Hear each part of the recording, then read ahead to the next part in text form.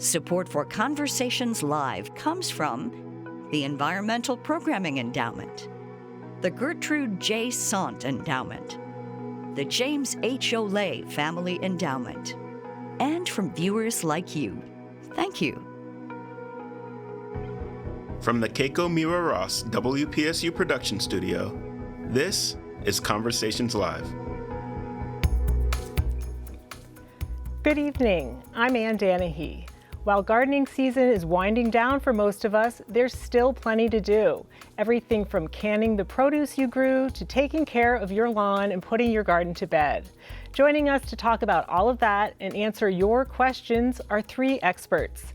Elsa Sanchez is a Penn State professor of horticulture systems management. She works on the production of vegetable crops with a focus on environmental sustainability, and she assists commercial vegetable growers. Tom Butzler is a Penn State Extension horticulture educator. He works with commercial horticulture operators and landscapers in Clinton County. His areas of expertise include vegetable production and beekeeping.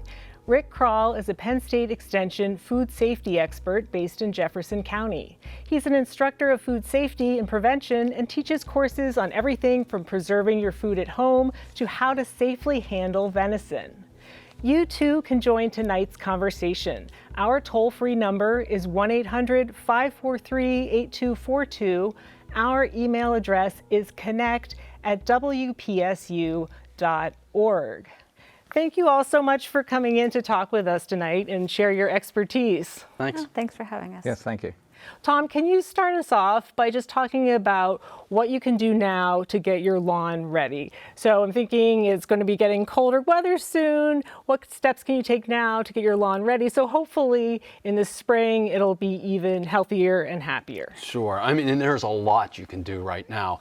You know, during the growing season, we encourage people to mow high. You know, it's a healthier stand of turf, and it gives you some sort of weed control.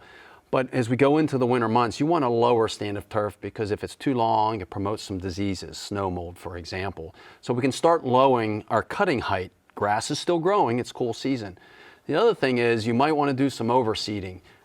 It was kind of harsh on grass this year. And so if you have some bare patches, you might want to go in and put some grass seed in there so that it germinates and grows this fall into the spring. Because if it's bare going into winter, into the spring, then you're going to have a weed problem. Okay, there's some great things to keep in mind. And Elsa, overall, how did this growing season go? It was some strange weather patterns, but was it successful overall for typical gardeners? You know, it was kind of a mixed year. I think they kind of all are. So it started off, we had some really nice moisture, and then it got dry, and then at the end we got a lot of moisture. And so it was one of those seasons where you would just want to make sure you had some water, you know, hose or an irrigation system where you could get water to your plants. But I felt like overall it was a pretty good growing season. I didn't see a lot of, in my garden in particular, a lot of pests, you know, a lot of diseases, a lot of insects. It was a pretty good season. Okay, is there anything that people can still get in? I mean, it is getting a little bit colder. We were talking before the show, we might have a frost coming up soon, but for people who maybe want to get something in still and extend the season a few more weeks, are there any options? Oh, this is a tricky one because we are going into this period where we might have a frost. And so that's kind of the end of it mostly. You might be able to get some garlic in perhaps, but maybe this is the time to start thinking about, you know, growing herbs on your windowsills, maybe starting some microgreens and growing those in sunny areas in your house so that you still have, you know, that contact with the plants, but it's not outside. Okay, so that's a good idea. You can kind of bring it inside because you aren't going to be able to stay out for that many more months anyway. Right, yeah. And then Tom, going back to the lawns and what we might do, I know we were talking about how to keep your lawn healthy, but there's a lot of people now that are maybe looking at options other than lawns. And I'm thinking particularly places that have had drought in the western part of the country. There's some interest in maybe moving to landscaping, rock gardens. Is that something that people might want to take a look at in Pennsylvania too? Yeah, for different reasons. Like you said, out west, it's just because there's a lack of moisture. But here, people are looking at their lawns and saying, maybe it's too big, or maybe the kids have moved out of the house and I just don't need that large of a play area. What else can I do with this property? So people are looking at putting in pollinator areas, gardens, to maybe bring other things into their yard other than children. So it's almost limitless on what you can put in place of some of that grass. There are some ground covers that you can put in place, but it just doesn't have to be something low growing. You can put in plants that are 3-4 feet height. You can put in some of these edible shrubs. You can see there on the picture on the screen there on the left. It looks like it's some daylilies, and then you can go with other perennials. Just to take up space, and then a little more low maintenance. Now, granted, it's never going to be no maintenance, because there's still going to be weed control. You're still going to need to do some mulching around these plants, but there are other things you can install other than turf and really add enjoyment to the landscape. One of the things that people are really looking at are edible plants. Whether they're vegetables that they're kind of incorporating into their landscape design, or trees and shrubs like blueberries, service berries, things like that.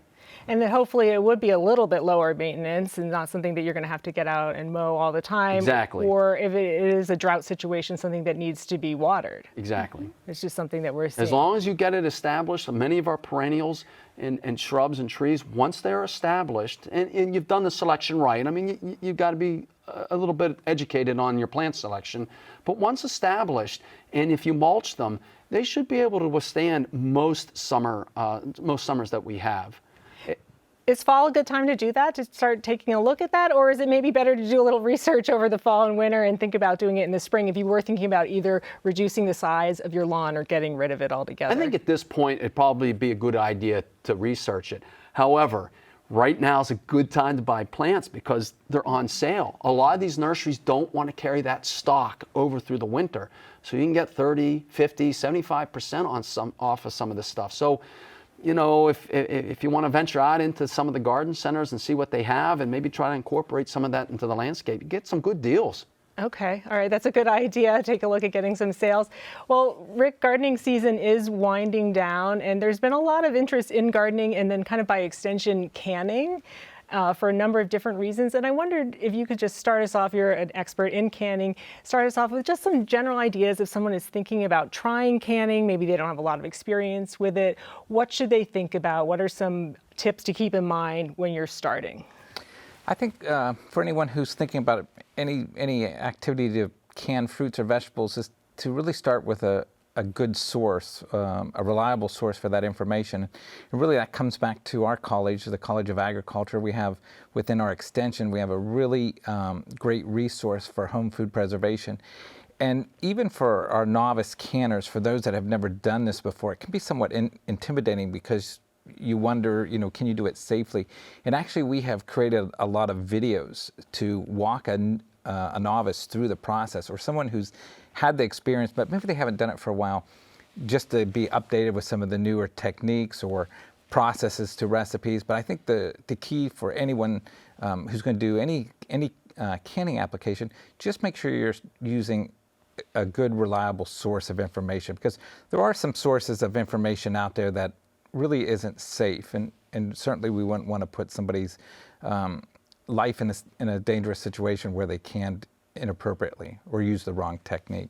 Right, and I think that brings up what there could be a lot of anxiety about this, about canning. So I'm going to be feeding people with this, and I want to make sure that I'm doing it properly. Can you kind of walk us through what the options are, and maybe the pros and cons to the different options for canning? Yeah, so basically we break canning down into two types. There's the what's considered water bath canning. And for those products, we will can acidified items.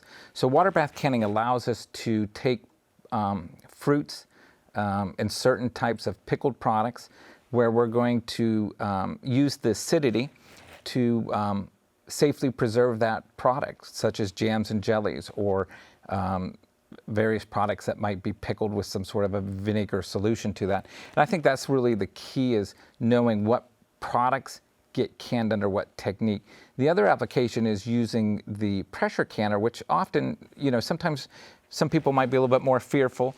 In this clip there of that that's on the screen, that's a clip of a water bath canner, and really that's a great application for somebody just starting out. It's easy to do jams and jellies, and you can actually do that year-round. It doesn't.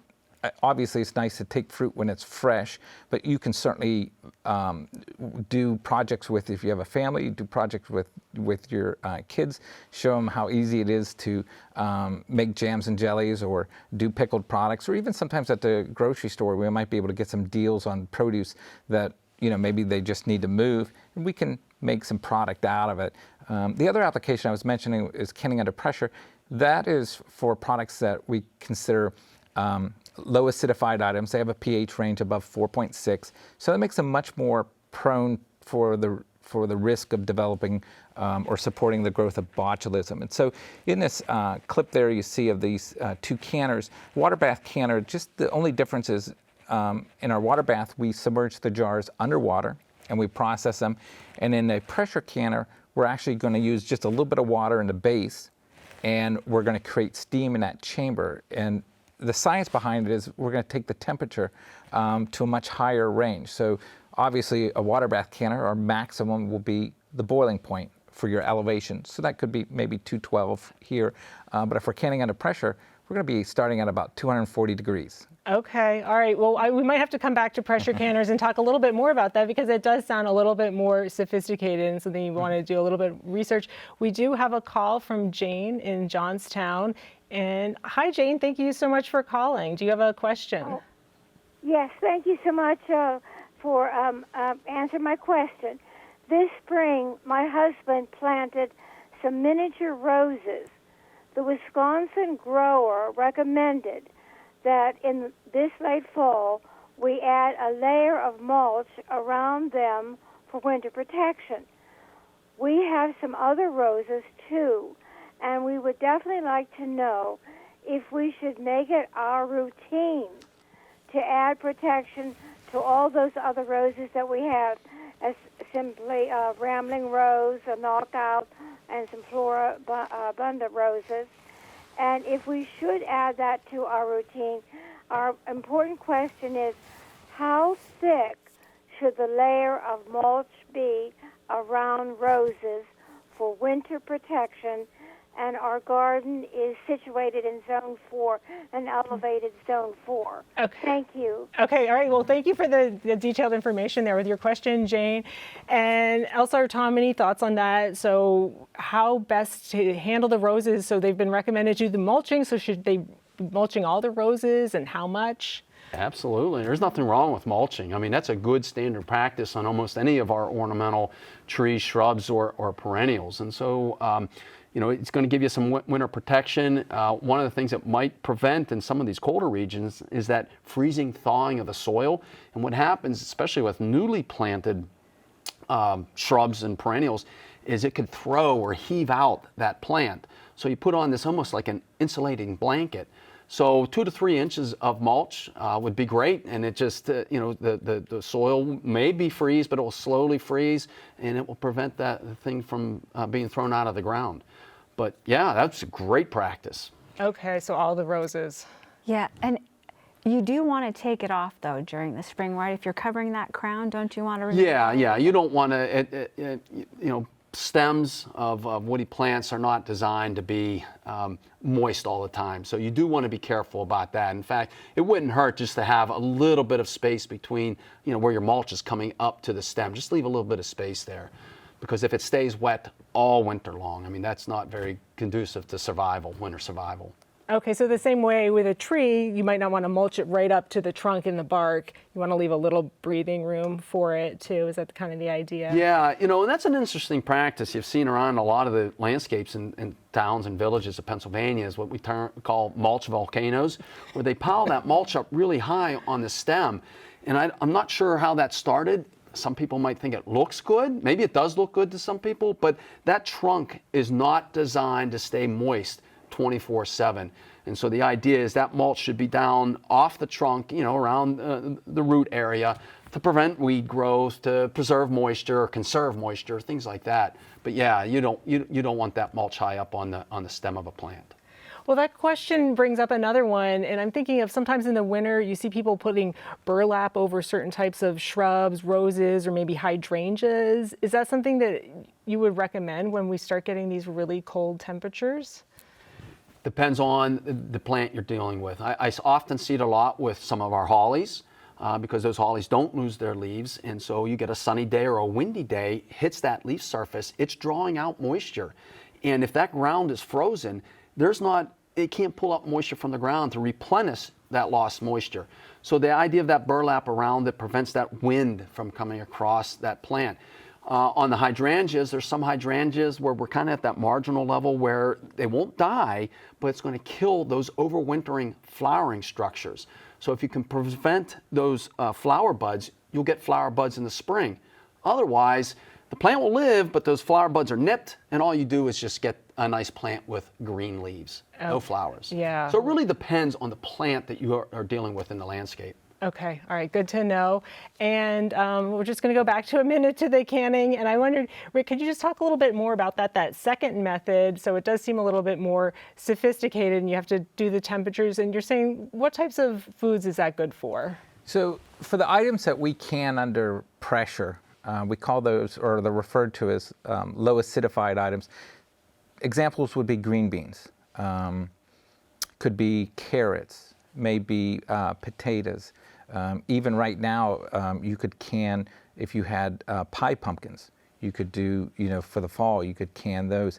And the reason behind that is just that pH of those products in a natural state fall above what we call above a 4.6 pH range. And what that does is it allows for the support for the growth of a very dangerous pathogen called Clostridium botulinum, which produces the toxin botulism. And so, unfortunately, fatalities have occurred with home canners who just maybe didn't understand the right practice. And so the key here is knowing what types of vegetables or even proteins such as venison. We're coming into the fall season for archery, and it's recognizing that if you're going to can meats, you have to use a proven method that will eliminate that pathogen.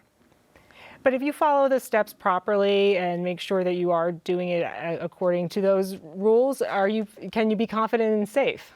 You can, as long as the most important thing is make sure that the recipe is one that's current, meaning that it's not a dated canning recipe, because there are some methods that are still someone might be using a older, outdated recipe formulation that maybe was passed from their grandmother. And science always teaches us new practices, and so there's a lot of new practices that have advanced in home food preservation. And so we'd say use the most current information out there, from a trusted resource, whether it's us as the university or maybe through commercially. There's some commercial canning resources out there. Okay, great advice. Good to know. And we have a call from Bob in State College. Hi, Bob. Thank you for calling. And do you have a question or comment? Yes, a question about canning. I like to can hot peppers, and I use the water bath method. But I like to use oil as a solution rather than any vinegar. And I know peppers and garlic and so forth have a high pH, 5, 6. And I was wondering if you could just use maybe a teaspoon of citric acid crystals in the solution to bring the pH down below 4.6. Thank you. So that's a really good question. And, the caller had in regards to that type of recipe where we're going to use hot peppers and add some oil as a base. Unfortunately, that's a recipe that we know hasn't been tested in a way that using a water bath method would eliminate that risk. The oil would actually serve as a buffer, and it would change that pH as with the different peppers that are in there in that combination. Or if it's so in any situation like that, we would again default back to a recipe that's really tested in relationship to if the use of vinegar for acidification versus the proportion of that recipe where it's oil based. It's just commercially we can do it. A food manufacturer can do those types of techniques and safely preserve that product. But unfortunately, for a home user to do that, to use the types of equipment that's available to them, they just don't have that level of sophistication of tools to eliminate that risk. So there we would say that that's really not a safe practice to do. You just, because of that formulation. Okay, that's good information, and we're going to remind our listeners and viewers out there that if you're just joining us, I'm Ann Danahy, and this is WPSU's Conversations Live, Gardening and Canning. We're talking with 3 experts on gardening and food preservation, and we'd like to hear from you. Our toll-free number is 1-800-543-8242, or email us at connect@wpsu.org. And it looks like we have an email question, and this is from Laura. And Laura writes, I was wondering if you could tell me what would be a good, quick cover crop. Would there also be one that would be good and quick that would die off on its own? So maybe Elsa will put this one to you. Is there can we get a good, quick cover crop in? And maybe just talk a little bit about why a cover crop is a good idea as well for people who aren't familiar with them. Yeah, sure. So cover crops are great because they can help to improve the soil.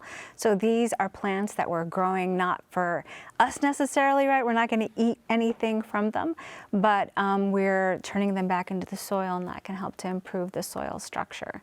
And so it's like a long-term kind of giving back to the earth.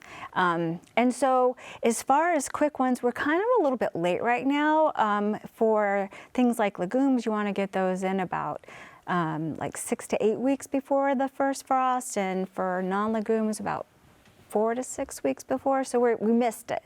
But that doesn't mean that you're out of the game. You can always put them in next year during the growing season. Some quick ones, let's think. We used ryegrass this year in our tomato field. I thought that was amazing because we could mow it and we could still grow our tomatoes in our rows.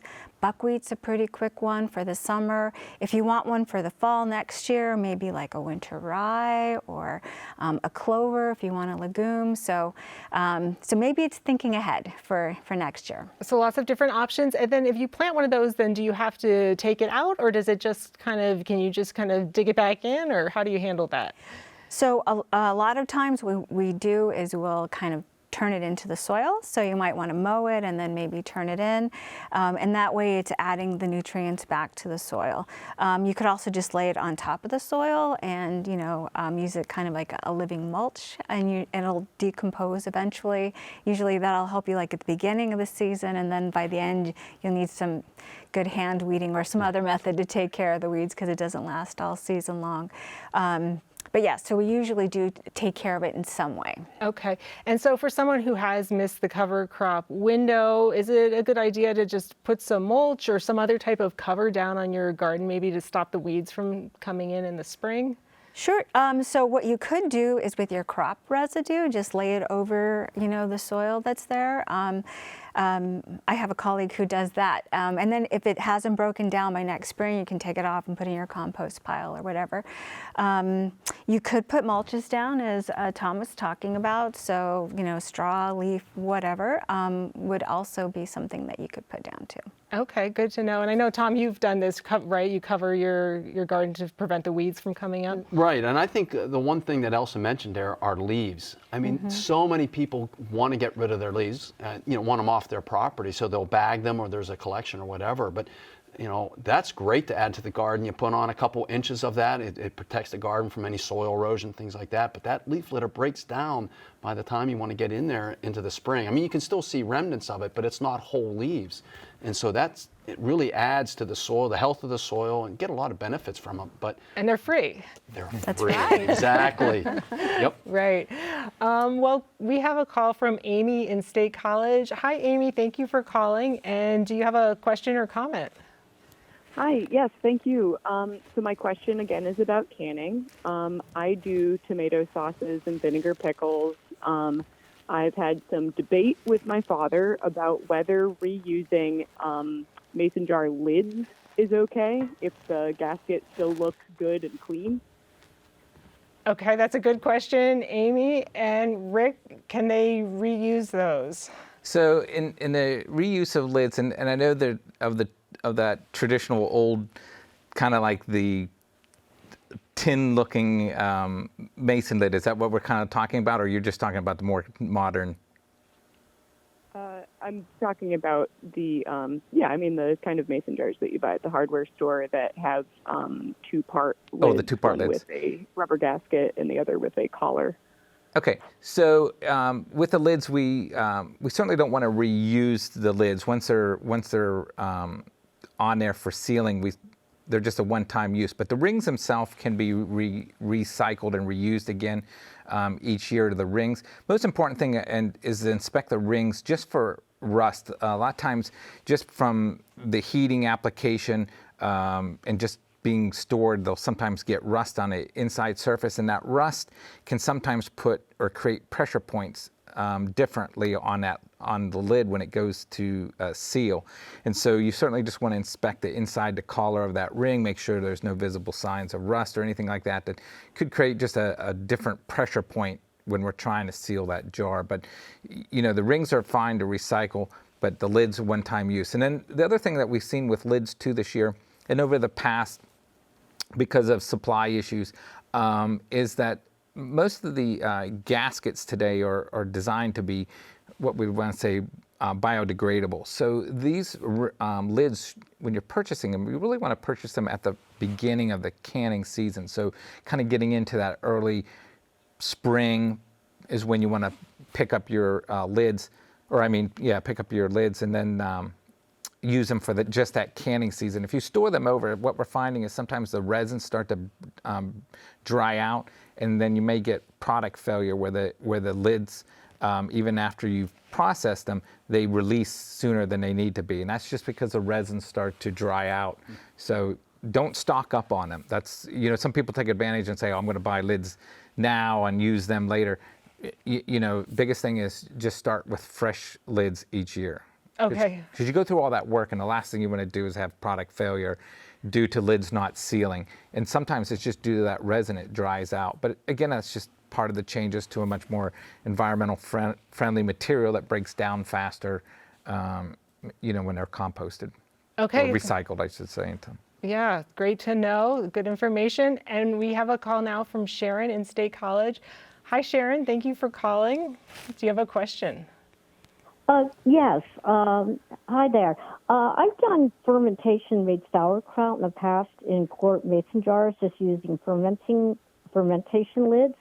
This year, I had about 35 pounds of cabbage. So I'm using a fermentation bucket. I have a crock weight in there, and I have about 3.5 gallons that's fermenting right now. My concern is I'm only about a week and a half in. I usually ferment 4 to 5 weeks. And on the vent where I have for the vent release for the bubbles, the gas release, I haven't seen any bubbles forming yet. And I was concerned. I didn't know if I should be open it up and look in there to see what's going on, or just ride it out for 4 weeks or 5 weeks and see what's going on. So if your fermentation has stopped and you're not getting gas production, it could be a couple things. I mean, obviously one is, have you changed the condition of where this product is being fermented at? Do you have it in the same? Because sometimes if temperature gets too warm, right, heaters have just kicked on, and so if it's in a basement and it's near a heated area, if we bring the temperature up in that room a little bit, it can certainly stop fermentation, and so a lot of it is just having an ideal room temperature for fermentation really to work effectively. So has there been any changes on where your crock's placed at this point? No, I maintain it's about, I know you're supposed to be between 60 and 70 degrees. I have it at 68 degrees. Okay. I actually have a thermometer there. I maintain temperature there. The concern I had was this fermentation bucket. It was only about half full, so there's quite a bit of headspace. So I wasn't sure if you can see the top is starting to bow a little bit. I didn't know if it's going to take a while for that gas pressure to build up before I actually see any bubbles, because there was a bit of headspace in that bucket. Well, I mean, there's some variables there, that could be affecting it. sometimes what you can do is if you're here in Center County, or which county are you in? Yes, I'm in Center County. I'm in State College. Okay, you can certainly send us to our local extension office. Sometimes we can take a look at pictures. So if it's something that you want to shoot us a quick picture of inside that inside there, we can kind of give you sometimes just a observation of maybe what we're seeing that's occurring in there. I mean, there's could be some other variables to why the cabbage has stopped part of that fermentation, and more importantly would be to see if we're starting to see some spoilage starting to develop.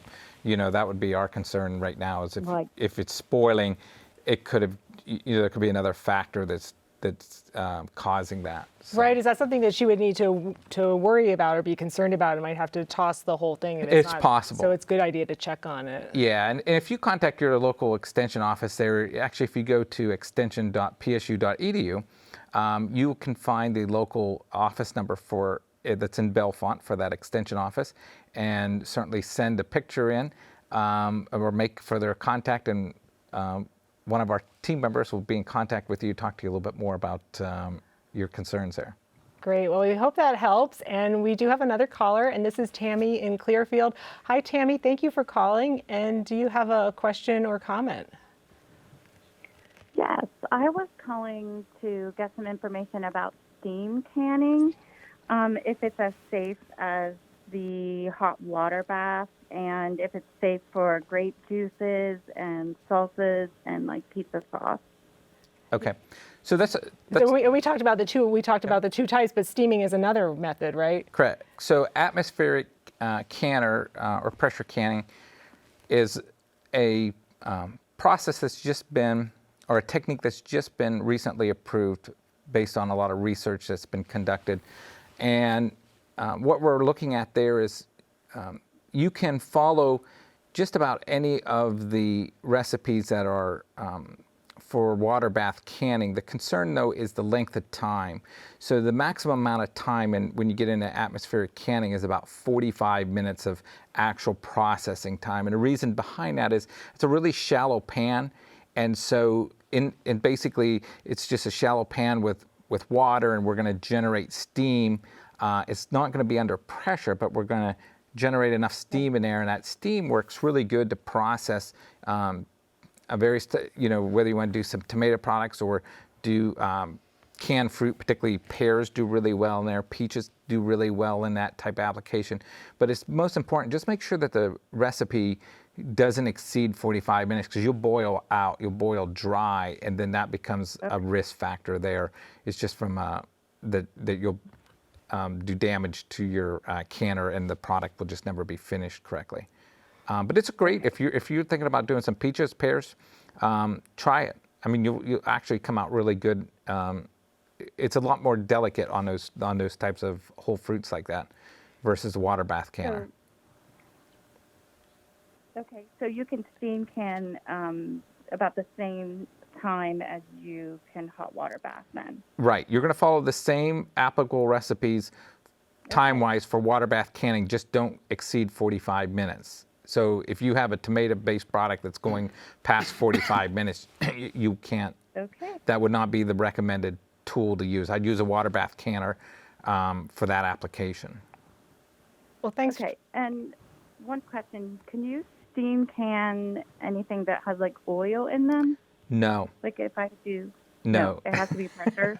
No, yeah, well, not even pressure. Again, when we get into oil, we had a previous caller that had called in regards to the use of a oil-based product and putting peppers in that.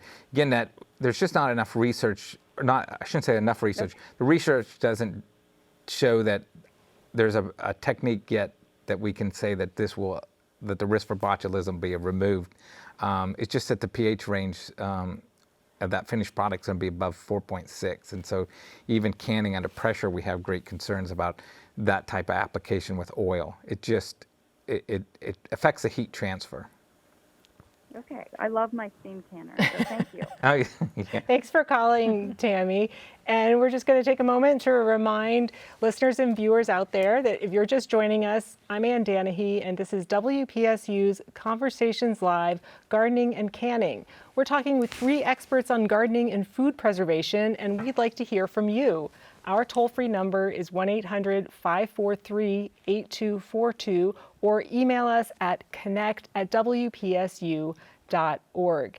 And it looks like we do have an email question, and this is from Randy. And Randy writes, I would like to convert my lawn from grass to micro clover.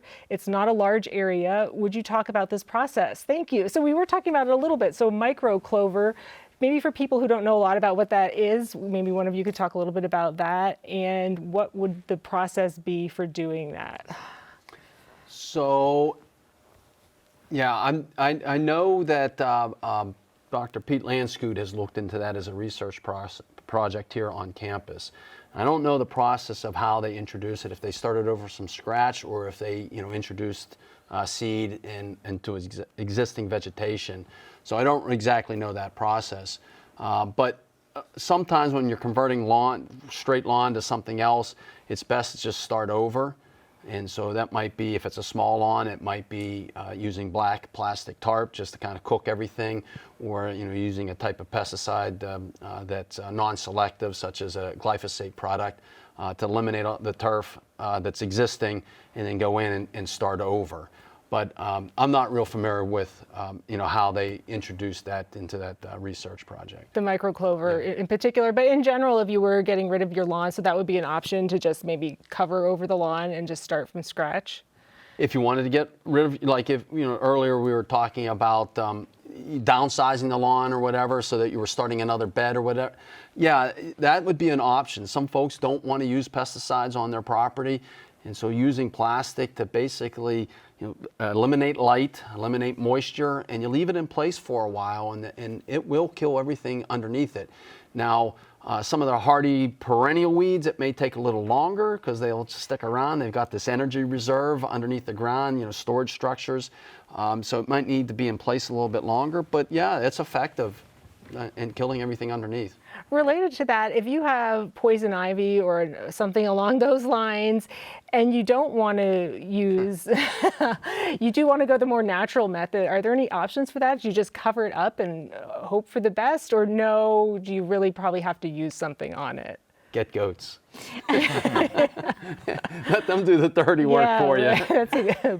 I mean, it depends on what kind of time frame you're looking at. I mean, you could get loppers and lop it off right at the soil line and just do that every time new vegetative growth comes up. Eventually you'll deplete that energy reserve underneath the ground, but that's a really time-consuming process.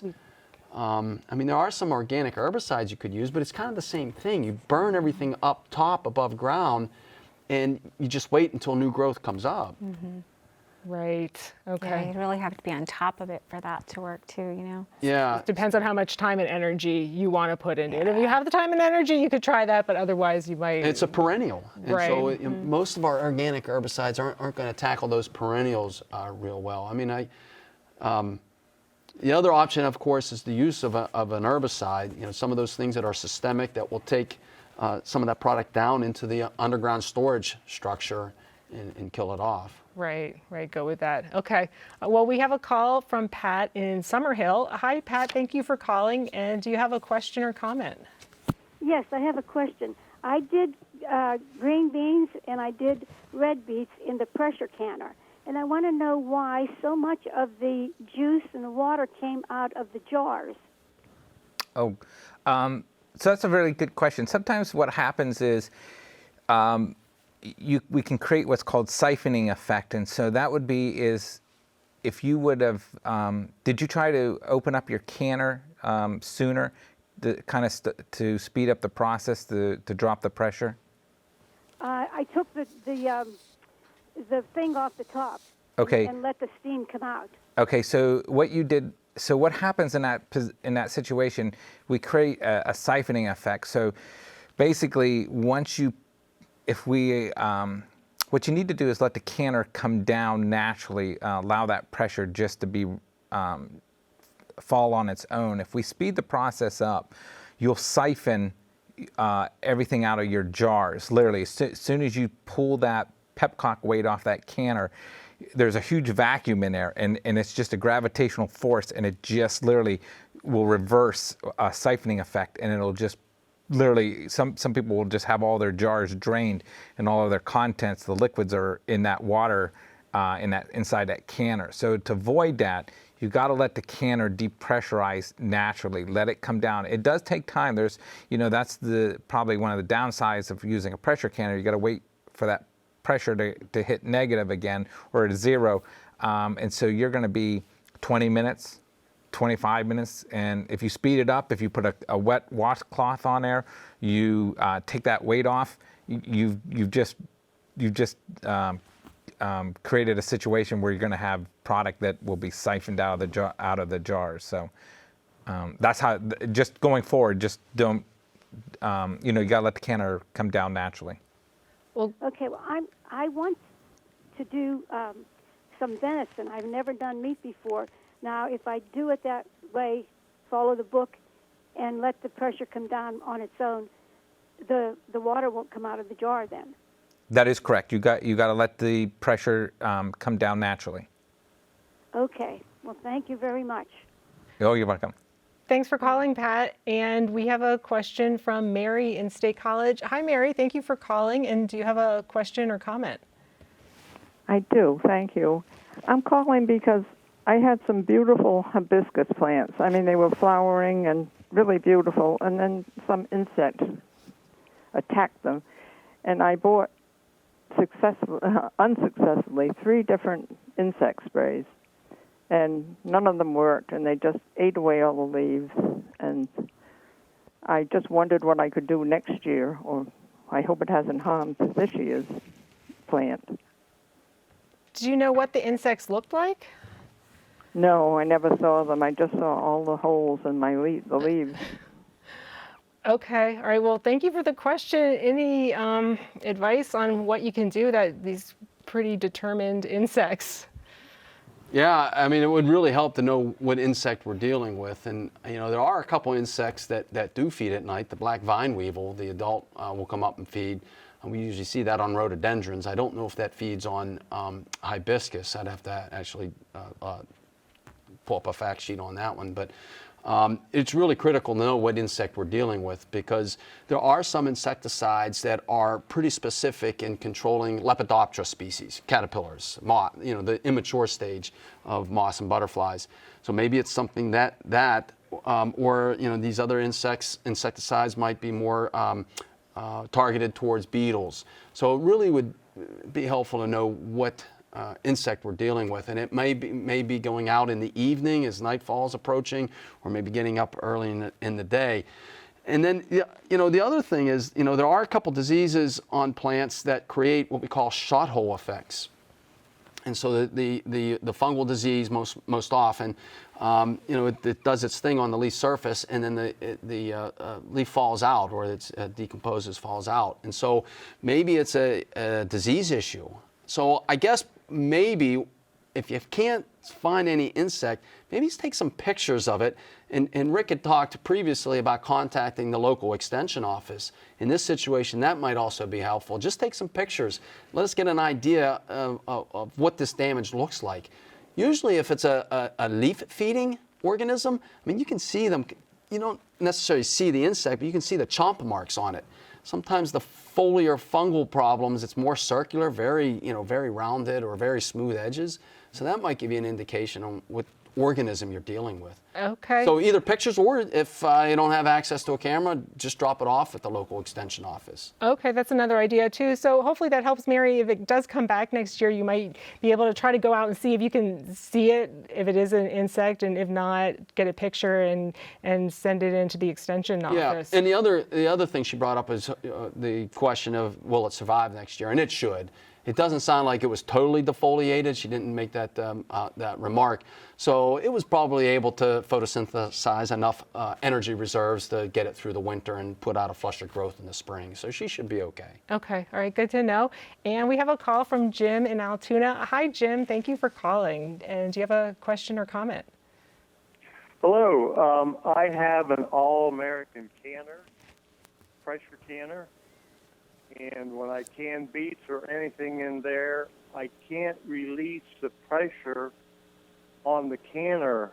It literally stays in there for 3 or 4 hours. And if I open up the petcock even just a very little bit, it will siphon the juice out of the jars. So, is there any way for me to? It overcooks my beets, is what happens. So Jim, on that, the lid is just sticking after it depressurizes? The lid doesn't stick. I can't open the petcock to let out any kind of pressure, even after the gauge says 0. Okay. So, I mean, in that situation, what we'd like you to do is to contact that extension office in that county and have one of our food safety educators take a look at the mechanics of that lid. It's something that we can certainly look at to see. It sounds like, again, we'd have to really kind of take a look at the mechanics of that petcock to see why it's not releasing even after it depressurizes. So I don't know, there could be foreign material in there. Did you have a jar or anything that broke during the canning season? I've made a mistake. I can release the pressure with the petcock, but anytime I do that, it will siphon the liquids out of the jar. Correct. For at least 3-4 hours. Do you take the again? It'd be kind of have to ask some more detailed questions about your canner and look at it. But I think what I just doing a quick assessment thing that I would be looking at is, if it's completely depressurized and are you doing this on a glass top? You doing this on a gas range, electric element? What are you canning on? It's done. On the stove? It's done on a gas range. It's done on a gas range? Yes. So, I mean, once your heat is off, I mean, that unit should completely depressurize. So if it's not depressurizing and you can't, and if you release that petcock and it causes siphoning, there's just a mechanical issue there that needs to be really looked at a little bit more in detail. Again, just reach out to our local extension office there in is that Blair County? I believe Altoona is in Blair County. Mm-hmm. Yeah. Reach out to the Blair County Cooperative Extension Office, and our food safety educator there could certainly give you a little bit more details on inspecting that All-American. That's a really good canner. It's a good product. So we hope that helps, Jim, and you can bring it in and have them take a look at it. And we have a call from Gil in Spring Mills. Hi, Gil. Thank you for calling. And do you have a question or comment? It's a question and/or a comment. What I was wondering, he was saying earlier about the weeds and stuff, like the poison ivy, etc. And he was using the thing about putting plastic over top. What I was wondering, somebody suggested to me in the past of using like a torch. I know they have, I can't remember, propane, dragons to put and burn off the weeds. Do you think this would help keep something like the poison ivy from redoing itself by burning it down to the weeds? Okay, good question. I had never heard of that approach. So, some people are using flamers to control weeds, and that works really well on annuals. I mean, it's used heavily in some vegetable production practices. But on annuals, it's a little tougher, and especially these, on perennials, it's a little tougher, especially woody perennials. It's the same thing. You're burning the foliage, stem growth, everything above ground, but it's doing nothing to that underground structure. And that's, once that top portion dies, that poison ivy plant is like, ooh, I want to survive, and it just puts up a flush of new growth. Now, if you continue to do that every time it puts up a flush of new growth, flame it, burn it, yeah, it will eventually control it, but not initially. Unless it's something that just started from seed, and it hasn't yet established that underground system. But if it's a well-established poison ivy vine, just throwing flame on it's not going to control it. And are there safety concerns with that too? That's the first thing that I was thinking of, and especially if the weather were dry. Sure. Yeah, if it's dry. I mean, you know, there are times in the spring, of course, you know, before everything fully leaves out, you know, you got dry litter on the ground. But the other thing with the flamer is that it's really non-selective. So if you got poison ivy and you've got some daylilies or hostas right there, I mean, if that flame is not right on that little plant that you're trying to control, it could damage other stuff. I mean, that's a hot heat. Okay, good to know. We have a call coming in, but I wanted to really quick get a question because this is fall and this is a great time if you want to separate your bulbs or plant them. And Elsa, I wonder if you could just give us a few tips on doing that for people who maybe have daffodils, or what else would be a good time to separate or plant your bulbs? Yeah, so for bulbs or anything that you want to separate right now, dividing is a good way. And what you would do is just dig up the clump of whatever that you're trying to move or separate. And then once you have it dug up, then you can use a pitchfork or even the spade of the shovel to kind of separate it and then plant the pieces wherever you want them to go. We're doing this right now at my house with a bunch of daffodils, and we're just digging them all up. At this time of year, the daffodils, the above ground foliage is all gone. So you just have the little bulb, and then we're just planting them in other parts in our yard. So it works really well for that. And is it okay? I mean, it seems a little, you have to kind of rough them up a little, and but they can handle it. They can handle it. You know, it's just like what you're buying at the stores right now. You know, you just get this little bulb, a little bit of roots at the bottom, and you just transplant them to wherever you want them. And there's enough energy in that bulb to get it going again. And next spring, you should have some pretty flowers in the new spot. So and spread it around. Yeah. Okay, all right, good to know. And we do have a call from Hal in New Wilmington. Hi, Hal. Thank you for calling. And do you have a question or comment?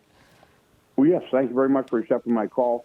I have a little garden, and I've been in horticulture business all my life.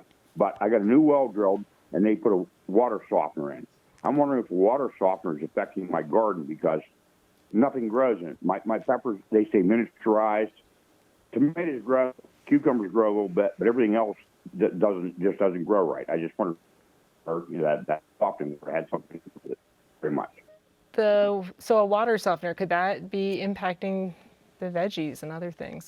It most definitely can be. It can be affecting, the sodium absorption ratio, and so that could definitely affect the way the plants are going. So for sure, if you have another water source, I would definitely try that. And did caller also say he dug a new well? I think it was a new well, yeah. And it might be worthwhile also testing the water just to see what that pH is. And there could be something, the pH, it could be on limestone. The pH is really high, and there could be some issues with that. A water test doesn't take much time, and they're relatively cheap. Mm-hmm. Okay, so we hope that helps test the water and maybe find an alternate water source. And we have time, we have one more call, and we're going to hear from Jim and Kane. Hi, Jim, thank you for calling, and do you have a question? I sure do. Thanks for taking my call. Yes, I plant a large garden every year. We put sweet corn out, and every year, and I've moved the garden different locations on our property, sweet corn comes up nice, but first time we get wind as it's maturing, topples it right over. You can pull one of the plants up, and it just doesn't seem to have the root structure, especially the top roots that form right at the soil level that seem to support the sweet corn. They're just non-existent. And like I said, I actually called the extension folks here in McKean County, and I kind of stumped them, I think, with it. So I thought, we're listening to the program tonight. I thought I'd throw it out to the experts. Yeah, thank you for calling. We have about a minute left for this question. Any thoughts on that? God, that's a tricky question, especially if you already stumped the experts over there. Nothing is really coming to mind. Are you watering the sweet corn?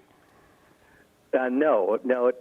We had sufficient rain here, so and I mean the plants look most of them look really good, but like I say, they just have no root structure, and they just topple over the first wind you get. Over they go.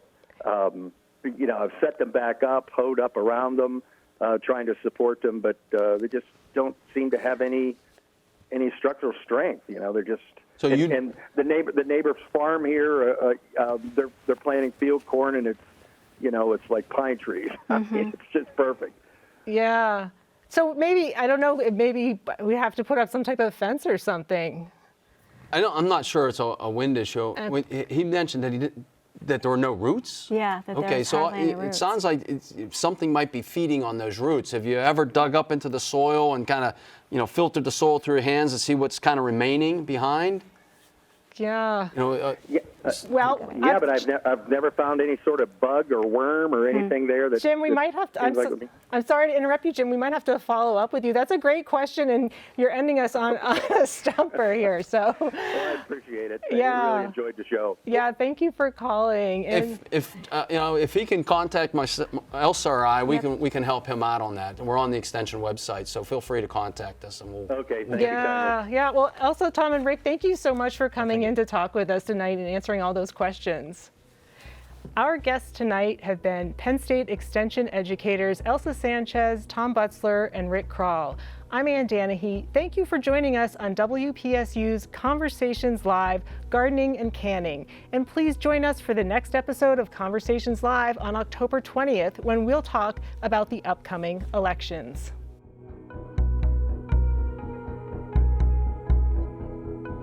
Rewatch this and previous episodes of Conversations Live and more of your favorite WPSU programs on the PBS video app.